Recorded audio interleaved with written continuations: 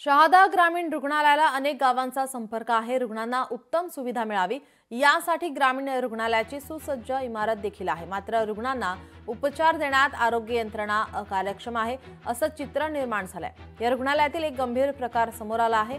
महिला रुग्णालयात उपचारासाठी दाखल होती, मात्र तब्येतीत सुधारणा न झाल्याने ती रुग्णालयातून बाहेर पडली। यानंतर ती रुग्णालयापासून अवघ्या 500 मीटर अंतरावर 6 दिवसांपासून रस्त्याच्या कडेला पडून होती। डॉक्टरांसमोर रुग्ण असून देखील त्यांनी तिच्याकडे लक्ष दिलं नाही। तर एका सामाजिक संघटनेने पुढाकार घेत आजारी महिलेला रुग्णालयात दाखल केलं। मात्र डॉक्टरांच्या अकार्यक्षमतेमुळे आता वृद्धेची मृत्यूची झुंज अपयशी ठरली आणि या घटनेची माहिती सेवाभावी संघटनेने जिल्हाधिकाऱ्यांना दिली आहे। हॉस्पिटलच्या हलगर्जीपणामुळे झालेल्या महिलेचा मृत्यू प्रकरणाची आता जिल्हाधिकाऱ्यांनी चौकशीचे आदेश दिले आहेत।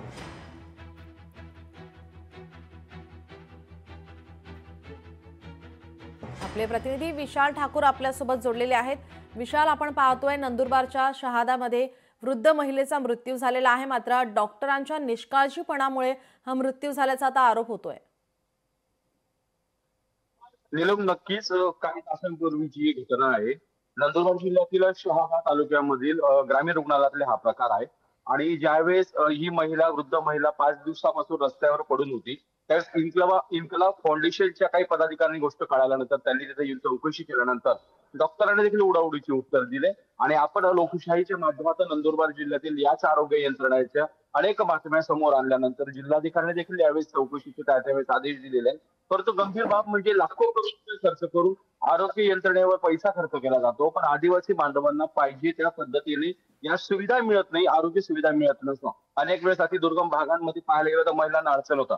या महिलेच्या बाबतीत डॉक्टरांनी सदर महिला जी होती ती मानसिक रुग्ण असल्याचं सांगितलं होतं। परंतु प्रश्न असा आहे की वैद्यकीय सेवा मध्ये काम करत असताना डॉक्टरांनी प्रत्येक नागरिकांना ही सुविधा देणं गरजेचं आहे। जर महिला मानसिक रुग्ण होते तर तिला हायर हॉस्पिटलला का पाठवण्यात आलं नाही, नंदुरबार जिल्ह्यात का पाठवण्यात आलं नाही अँब्युलन्सने, हा प्रश्न सर्वांसमोर विचारला जात आहे। एकीकडे आरोग्य यंत्रणा या पद्धतीने सांगते की ज्या ठिकाणी आमचे दवाखाने आहेत, हॉस्पिटल्स आहेत, त्या ठिकाणी कर्मचाऱ्यांचा अभाव आहे। लाखो करोडची मशिनरी शासनाने पाठवली, परंतु कुठल्याही पद्धतीने या मशिनरीचा रुग्णांसाठी कुठलाही वापर होत नसल्याचे चित्र समोर आहे। एकीकडे पालकमंत्री माणिकराव कोकाटे असतील, यांनी देखील मागच्या काळामध्ये आदिवासीच्या आरोग्य यंत्रणेच्या संदर्भात बैठका घेतलेल्या होत्या। आरोग्य मंत्री असतील आंबेडकर साहेब, त्यांनी देखील या संदर्भात सूचना दिलेल्या होत्या। अतिदुर्गम भागात सगळ्यात महत्त्वाचं दळणवळण रस्त्याच्या ज्या मोठ्या समस्या आहेत, यामुळे महिलांना देखील ज्या काही गर्भवती महिला असतात यांना रुग्णालयापर्यंत पोहोचायला मोठी कसरत करावी लागते।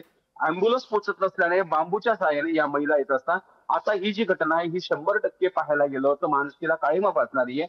डॉक्टरांनी जरी अंग झटकलं असेल, जबाबदारी झटकली असेल, तरी पाहायला गेलं तर या ठिकाणी या महिलेला उपचार देणं गरजेचं होतं। महिलेचे नातेवाईक नसताना देखील जरी ती व्यवहारच असली तरी तिला उपचार देणं महत्वाचं होतं। इन्कलाब फाउंडेशनने ज्यावेळी जिल्हाधिकाऱ्यांकडे तक्रार केली त्यावेळी जिल्हाधिकाऱ्यांनी मिताली सेठी यांनी तात्काळ चौकशीचे आदेश देण्यात आलेले। पण प्रश्न मात्र हा आहे की नंदुरबार जिल्ह्यामध्ये एवढा मोठा निधी दिला जात असताना देखील आरोग्य यंत्रणा का खिळखिळ आहे, नेमका निधी जातो कुठे? आरोग्य यंत्रणेच्या जे काही अडचणी आहेत, समजा पाहायला गेलो तर त्या ज्या पद्धतीने त्या ठिकाणी कर्मचाऱ्यांची भरती करणं गरजेचं आहे, कर्मचारी भरती का केली जाते हा प्रश्न निर्माण होत असतो। करोडची मशिनरी धूळ खात बसते, एसी ज्या पद्धतीने आयसीयू आहेत धूळ खात पडलेले आहेत, मोठ्या मोठ्या मशिनरी त्या ठिकाणी फक्त शोभेच्या वस्तू बनत चाललेल्या आहेत। या संदर्भात सरकार किंवा पालकमंत्री काय निर्णय घेत आहे हे पाहणं महत्वाचं आहे। जी धन्यवाद आपण दिलेल्या सविस्तर माहिती। लोकशाही मराठी ऐका, पहा, जागरूक रहा।